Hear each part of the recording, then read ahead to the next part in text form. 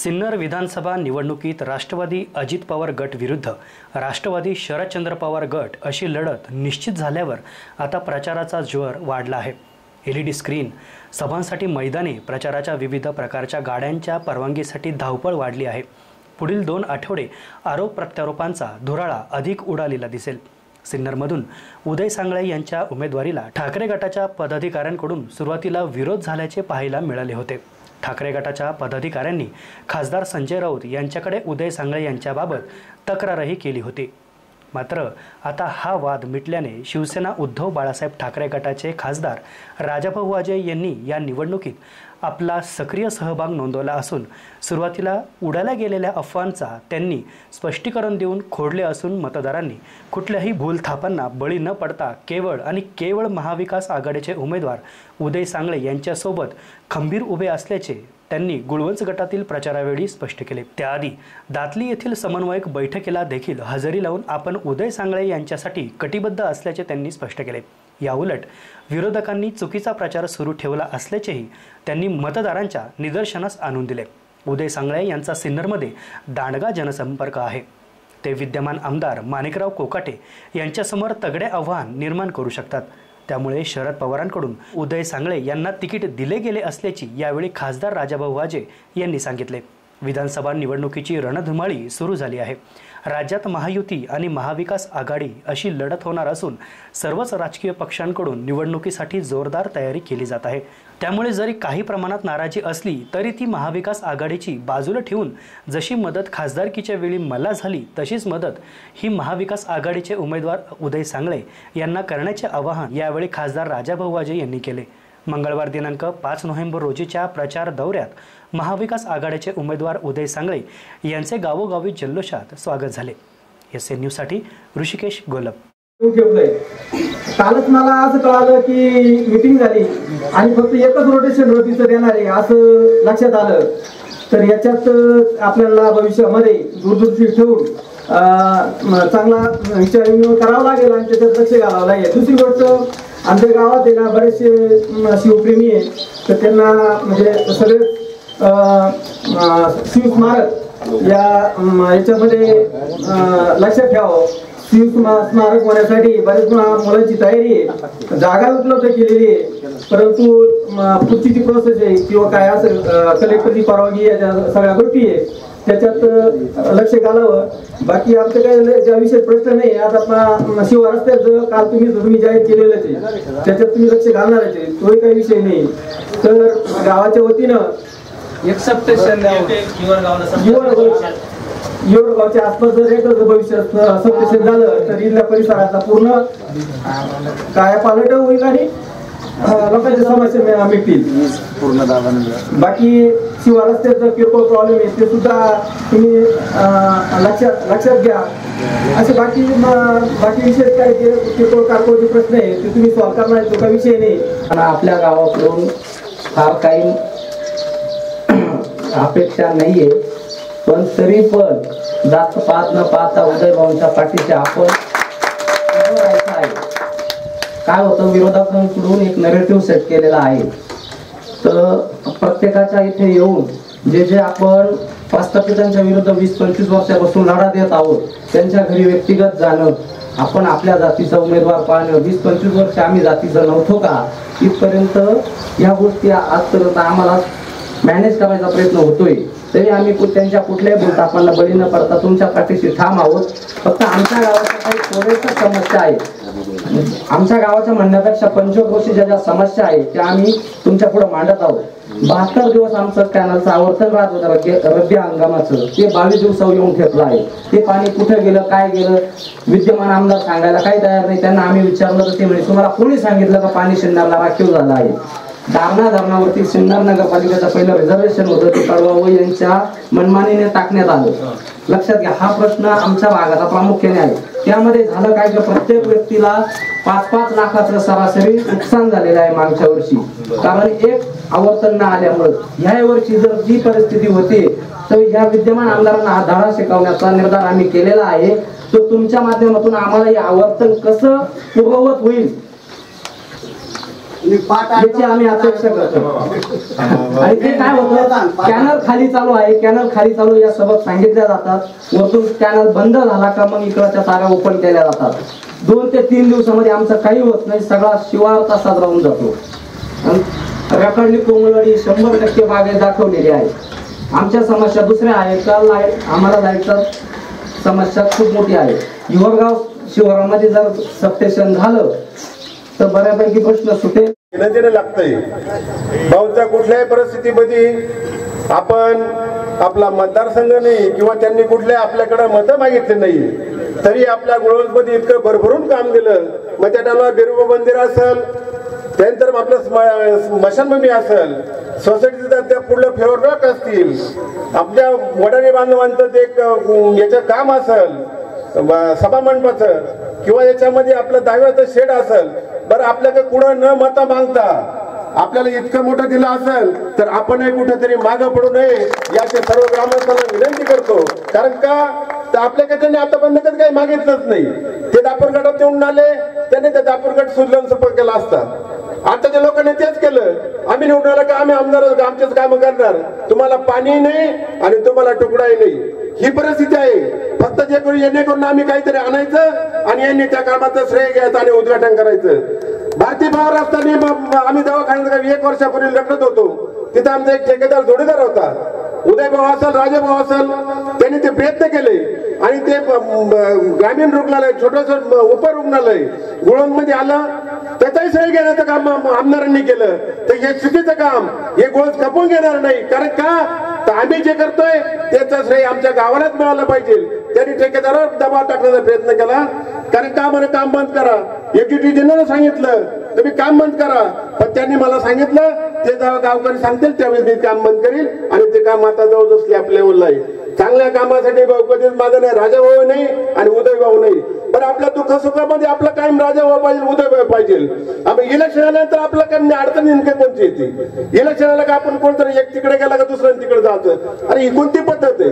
तुम्हाला 5 वर्ष जर दोन्ही माणसं पाहिजे असतील, दोन्ही भाऊ पाहिजे असतील तर ह्या टायमाला छाती टोकपणे सांगतो, एकही मत तिकडे तिकडे जाता यांच्या मागे उभं राहून उदय भाऊला चांगले जास्तीत जास्त दिलं पाहिजे.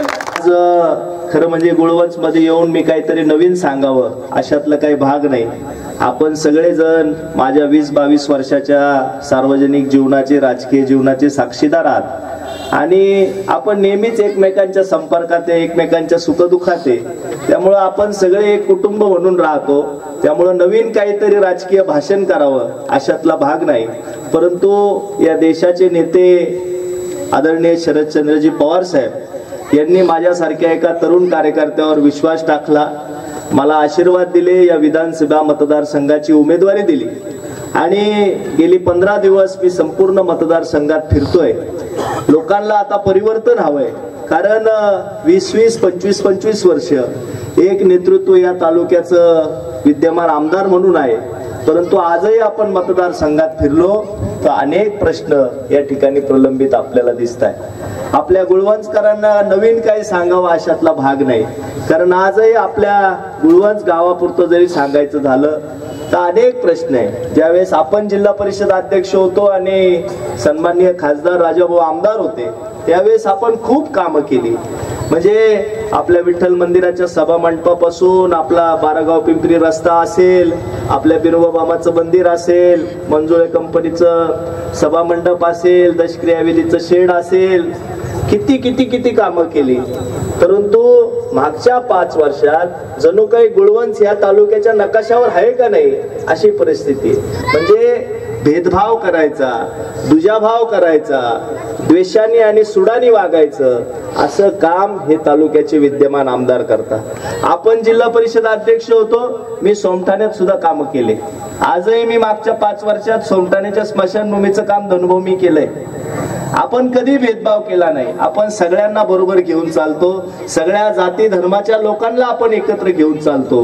परंतु समोरचं जे नेतृत्व आहे हे अतिशय संकुचित विचाराचं, जातीयवादाचं राजकारण करायचं, लोकांमध्ये भेदभाव करायचा, गावागावांवर सूड उगवायचा असं काम गेले 20 वर्ष सुरू आहे. परंतु बांधवांनो, आता आपल्याला एक संधी आली आहे. आज मी सगळ्या मतदारसंघात फिरतोय. खूप उत्साहाचं वातावरण आहे. लोकांना आता बदल पाहिजे. लोक कंटाळले आता या नेतृत्वाला, आणि त्यामुळं ह्या वेळेस परिवर्तन होणार हे निश्चित आहे. काल रात्री तेच बोललोय की 2014 साली ज्या पद्धतीने आपण निवडणुकीच्या दिवशी सगळे मतदार, तुम्ही मुंबईला असेल कुठे कुठे असेल, सगळे घेऊन येऊन मतदान केलं. परंतु 2019 साली मुद्दा म्हणून नाही, परंतु एक शिथिलता आपल्यामध्ये आली होती की राजाभाऊचे नक्की निवडून येणार. एक शिथिलता आपल्या अंगात आली होती. आणि त्यामुळे काय झालं की मतदान प्रमाणापेक्षा जे प्रमाण पाहिजे त्याच्यापेक्षा कमी झालं. आणि ते दर गावात झालं. दर गावात थोडं थोडं प्रत्येक जण काय म्हणले 35,000 येणार, 40,000 येणार. आणि ह्या सगळ्या वातावरणामुळे मग आपण नाही गेलो तर चालेल, आपण नाही गेलो तर चालेल, होऊन जाणार आहे. माझी बाजरी आवरून देऊ, कोणी कांदे आवरून देऊ, मुंबईवाले आलेच नाही. अशा परिस्थितीत थोडे थोडे मतं जर गावात 100-200 कमी पडून आपल्याला पराभवाला सामोरं जावं लागलं. म्हणून आता खूप काही चर्चा करायसारखं काही नाही, खूप बोलायसारखं काही नाही. राजाभाऊचे कोण आहे तुम्ही ओळखता, उदयभाऊ सांगळे कोण आहे तुम्ही ओळखता. खूप चर्चा करायचं काही काम नाही, कोण विरोधात आहे याची चर्चा करायचं काही काम नाही. आपल्याला एकच चर्चा करायची की जास्तीत जास्त मतदान कसं होईल आणि ते तुतारी वाजवणाऱ्या माणसाला कसं होईल, एवढंच करायचं. आणि म्हणून खूप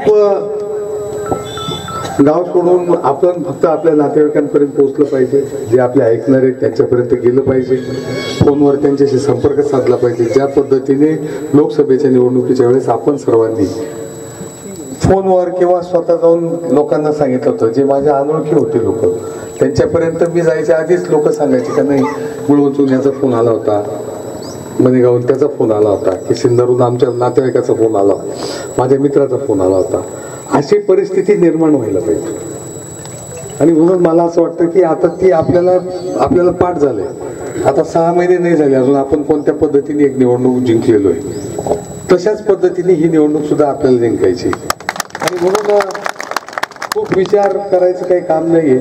एक फक्त मनात ध्येय ठेवायचं की आता आपल्याला महाविकास आघाडीचं सरकार या राज्यात कसं सत्तेवर बसेल, मुख्यमंत्री कोण होतील, उद्धव साहेब होतील, कोण होतील हे ठरवतील त्यांचे. ते काम आपलं नाही. ते मोठ्या लोकांचं काम पाहतील. आपलं काम आहे की त्यांनी जे आपल्याला आदेश केलाय की एक एक उमेदवार आपला निवडून द्यायची जबाबदारी आपली. स्वतःचा राग लोभ बाजूला ठेवायचा आहे आणि आपल्याला एकच ध्येय ठेवायचं. तुम्हाला वाटत असेल ना की उदयभाऊला मत द्यायचं, आनंदाने द्या. तुम्हाला जर राग असेल ना तर शरद पवारांना द्या. तुम्हाला राग असेल ना तर उद्धव ठाकरेंना द्या. तुम्हाला राग असेल तर बाळासाहेब थोरातांना द्या. कुणाला तरी मत द्या, पण महाविकास आघाडीला मत द्या. एवढीच माझी एक सर्वसामान्यपणे आपल्याला विनंती. निशाणी जशी मागच्या वेळेस मशाल नवीन होती, तशी आता तुतारी वाजवणारा माणूस ही आपल्यासाठी नवीन निशाणी. तुम्ही फिरता गळ्यात हे घातलेलं आहे, परंतु घरातील आपल्या महिला आहेत, भगिनी आहेत, त्यांच्यापर्यंत ही निशाणी पोहोचवली पाहिजे. शुभ संकेत आहेत असं समजा आपण की एकच मशीन आहे, एकच नंबर आहे. निशाणी फक्त आपण लक्षात ठेवली पाहिजे हे सांगण्यासाठी मी आपल्यापर्यंत आलेलो आहे. दुसरी गोष्ट, काही लोकांनी संभ्रम निर्माण करण्याचा प्रयत्न करतायत, तर त्याच्यासाठीच मी उदयभाऊशी बोललो की आपल्याला जिथे जिथे तुम्हाला मला शक्य आहे तिथे सांगा, मी तिथे येतो आणि संभ्रम दूर करण्याचा मी प्रयत्न करतो. तुम्ही काही सांगता की आम्ही आमच्या बरोबर आहे, कोणी म्हणतं आमच्या बरोबर आहे, असं काही नाहीये. मी पहिल्या दिवशीपासून सांगितलंय, ज्या दिवशी उदयभाऊला उमेदवारी मिळाली त्या दिवसापासून मी सांगितलंय की मी उदयभाऊ सगळ्यांबरोबर आहे. मी काल जे सांगितलं तेच मी सगळीकडे सांगतोय की महाविकास आघाडीचं सरकार महाराष्ट्रात आल्याशिवाय मी खासदार म्हणून काम करू शकणार नाही. मला काम जर करायचं असेल काही थोडंफार तर ते सरकार या विचाराचं असलं तरच काम करू शकतो. कारण केंद्रात असताना सरकार हे विरोधातलं आहे आणि म्हणून महाराष्ट्रातलं सरकार हे आपल्या विचाराचं सरकार पाहिजे आणि आपल्या विचाराचं सरकार म्हणजे महाविकास आघाडीचं सरकार आहे. मी आपल्याला पुन्हा एकदा तेवढीच विनंती करतो, फक्त मतदानाच्या दिवशी वाद न करता प्रत्येकाने जास्तीत जास्त आपलं मतदान कसं होईल याची काळजी घेण्याची गरज आहे आणि ती आपण घ्याल अशी खात्री आहे. कारण मागच्या वेळेस आपल्याला ठेस लागली, आता शहाण्यासारखं वागलं पाहिजे आपण, एवढी काळजी तुम्ही घ्या. पुन्हा एकदा मी आपल्या सर्वांना विनंती करतो की आदरणीय उदयभाऊ सांगळे यांची निशाणी तुतारी वाजवणारा मनुष्य अनुक्रम क्रमांक 1 याच्या पुढील बटन दाबायचे आणि उदयभाऊंना विधानसभेचे दारं उघडे करून द्यायचे आहे. एवढीच विनंती करतो.